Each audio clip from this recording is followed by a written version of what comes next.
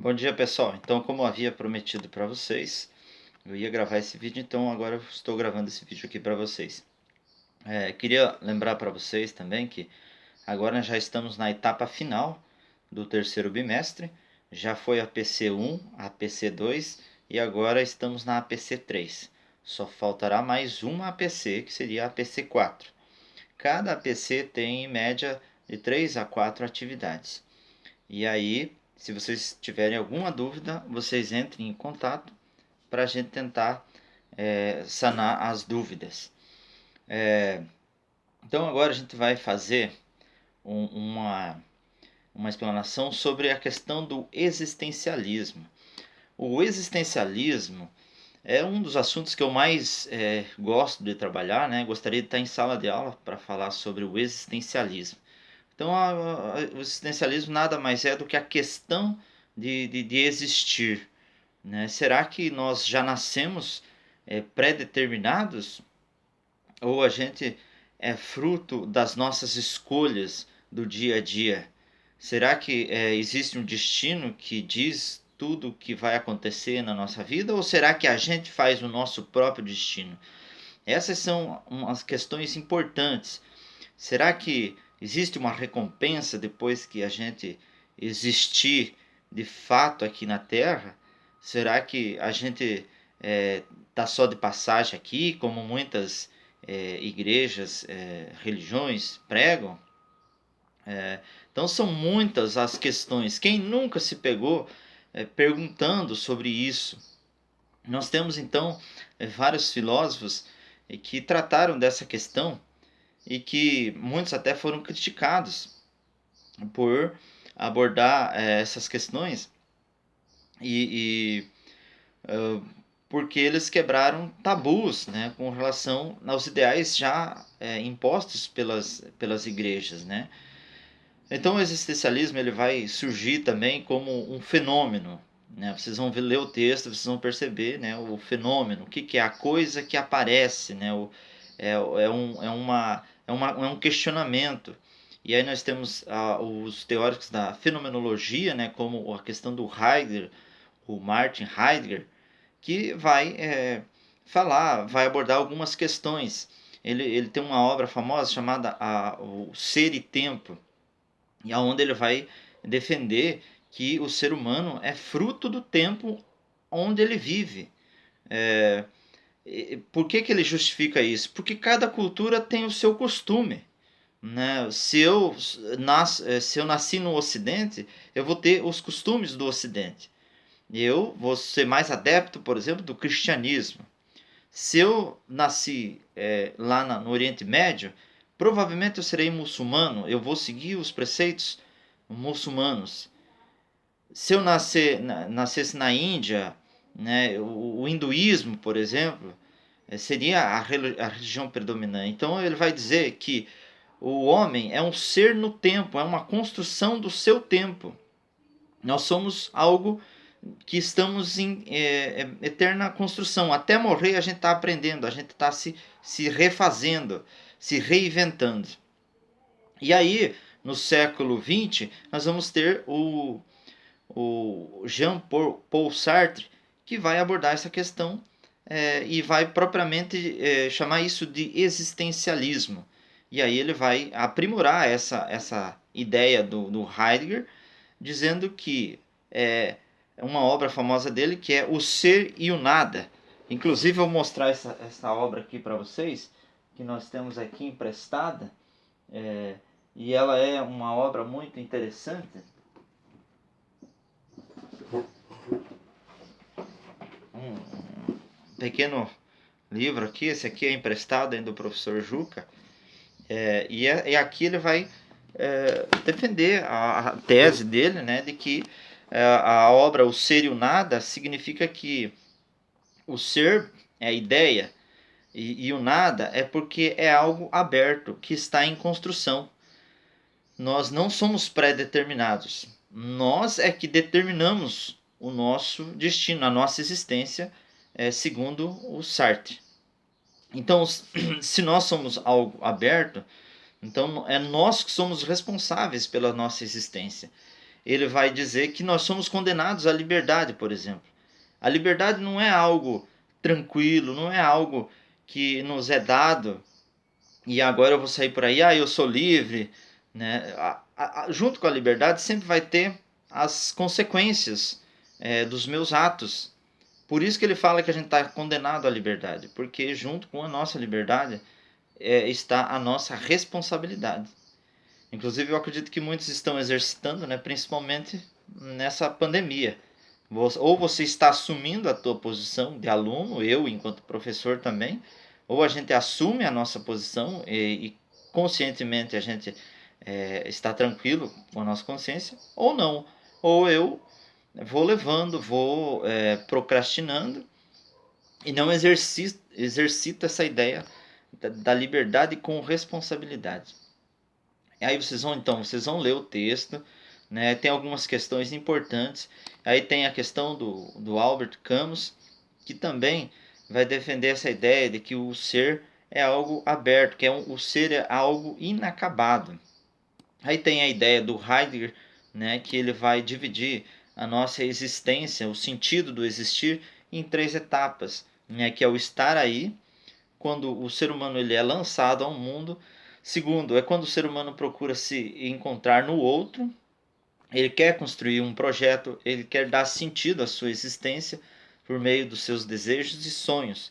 Então ele vai se encontrar no outro. O ser humano é um animal racional, é um ser político e que ele precisa do outro. Terceiro passo, então, seria, na maioria das vezes, torna-se o que os outros são ou querem que ele seja.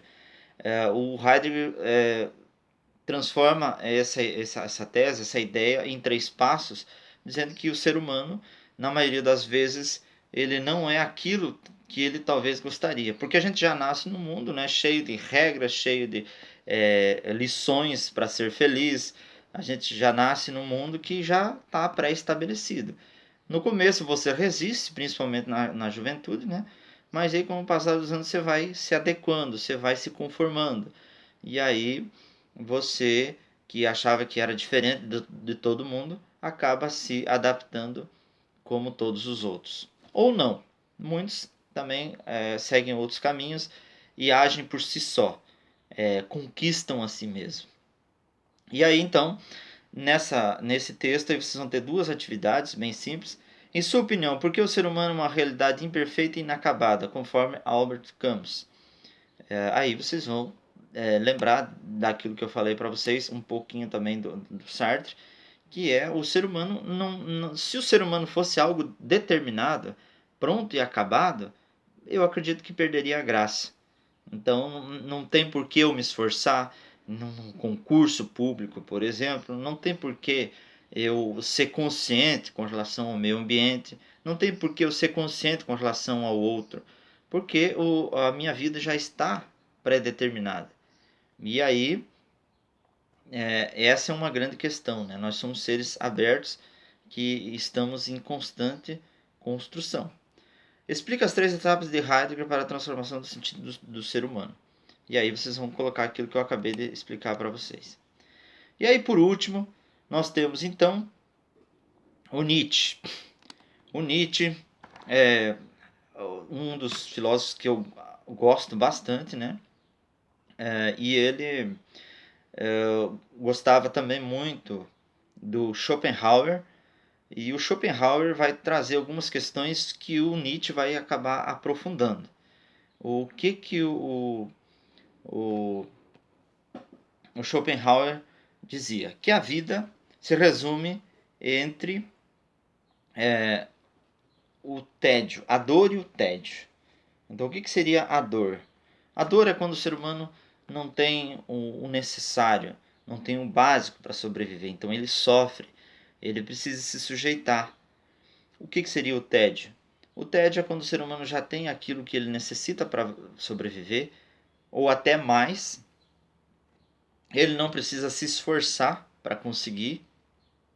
Ele tem tudo, ele nasceu em berço de ouro, ele perde o sentido da vida. Aí entra a questão do tédio. Então a vida oscila entre a dor e o tédio. Não só com questões materiais, mas também com questões interiores. né? O ser humano ele é uma constante movimentação. Quando ele perde o desejo por fazer as coisas ou ser, acaba perdendo o sentido da vida, entrando em angústia, em depressão e etc. No, na teoria do Nietzsche também, ele foi muito criticado porque ele lançou uma frase chamada Deus está morto. Essa frase foi muito mal interpretada e muito criticada, mas sem fundamentação. Por quê? O Nietzsche ele era de família religiosa, né? E ele não era a intenção dele reafirmar o seu ateísmo, qualquer coisa nesse sentido. O que o Sartre propunha com essa teoria era de que o Deus, né, que as pessoas tanto glorificam, morreu dentro das pessoas. Esse é o grande ponto. O Deus que as pessoas tanto vangloriam morreu dentro das pessoas. E há uma transferência.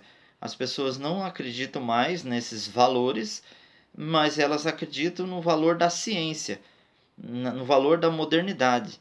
Foi bem numa época em que estava surgindo, né, a consequência da Revolução Industrial, lá no final do século XIX, e que as pessoas estavam vislumbradas com os avanços da ciência. E aqueles valores que tanto são pregados muitas vezes nas igrejas, de fato não eram vivenciados pelas pessoas. Ao invés de transformar as pessoas em pessoas melhores, né, transforma as pessoas em pessoas mais medíocres, que não têm capacidade para lidar com certas questões importantes da vida. No outro texto eu vou trabalhar um pouquinho mais sobre essa questão. Mas enfim, o Nietzsche ele defende a ideia do super-homem. O super-homem é aquele ser que consegue lidar com as suas próprias angústias, com as suas próprias seus próprios fracassos, os seus próprios limites. Então, para o Nietzsche, esse seria o super-homem.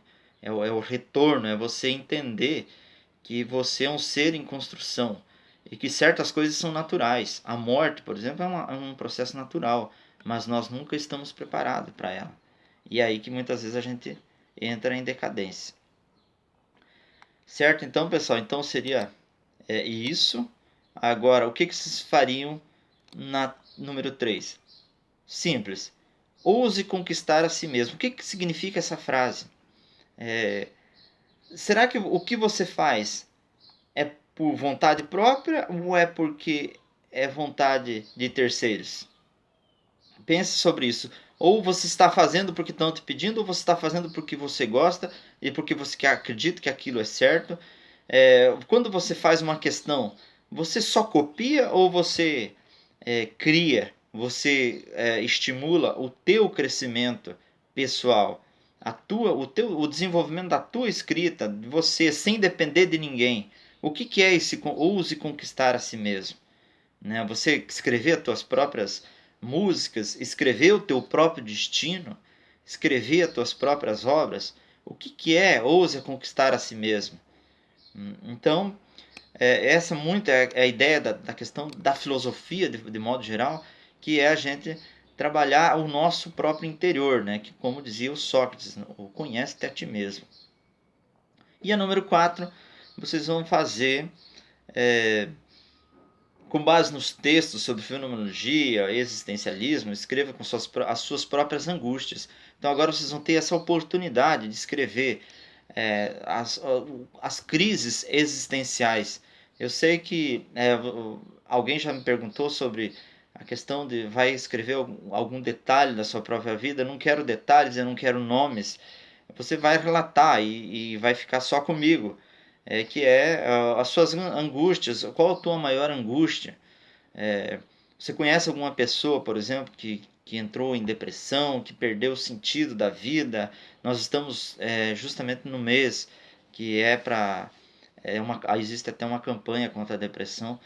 E eu acredito que a filosofia ela pode ajudar muito a gente a entender algumas questões existenciais, principalmente com relação ao existencialismo.